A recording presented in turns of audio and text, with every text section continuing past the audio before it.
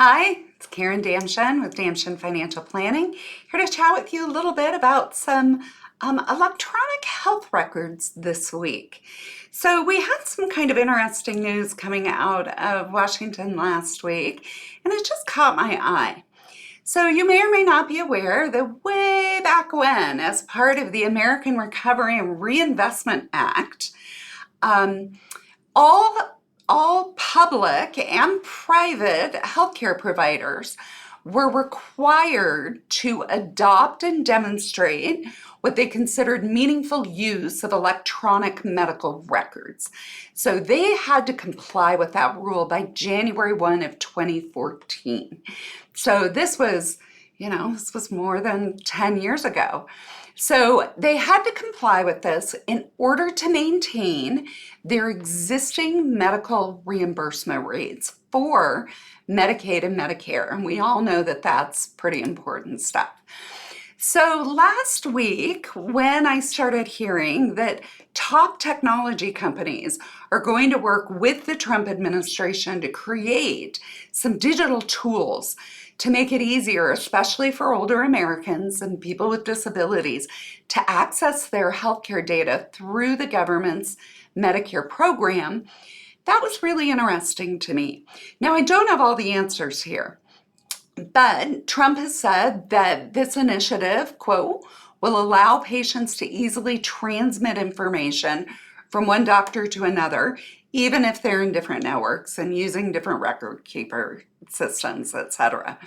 So there have been more than 60 companies, including Oracle and Microsoft, who've kind of signed on to this and said, yeah, we agree to help.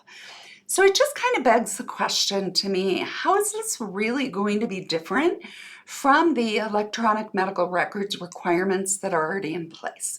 And I have a couple of thoughts, as you might suspect. So one of them is that maybe our healthcare is going to be right here. It's going to be an app on our phone, right? And we can simply have that information available at the drop of a hat. Any doctor can look at it. Right now, if any of you have been to the doctors and you know you've got to get records from Dr. A to Dr. B, it can be a very laborious process, even though all of those providers are currently complying with that 2014 regulation. So I'm interested to see, can some of this new technology really work in our favor and maybe make things a little bit easier, not only for you and me, but how about for the doctors as well, right? Or getting referrals or those kinds of things. But it does beg the question of security. So the more places our information shows up, potentially there is a possibility of breaches of those systems. So I'll be watching this as we see it unfold.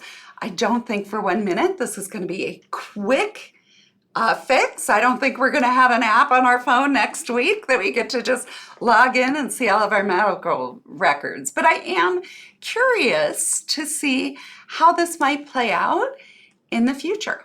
So I'd welcome your thoughts. What do you think about maybe having an app for your medical records, or having your medical records be more easily accessible for your medical professionals, but you as well?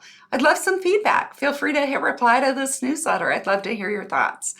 Hope you have a great rest of your week, and I'll be back in your inbox again next week.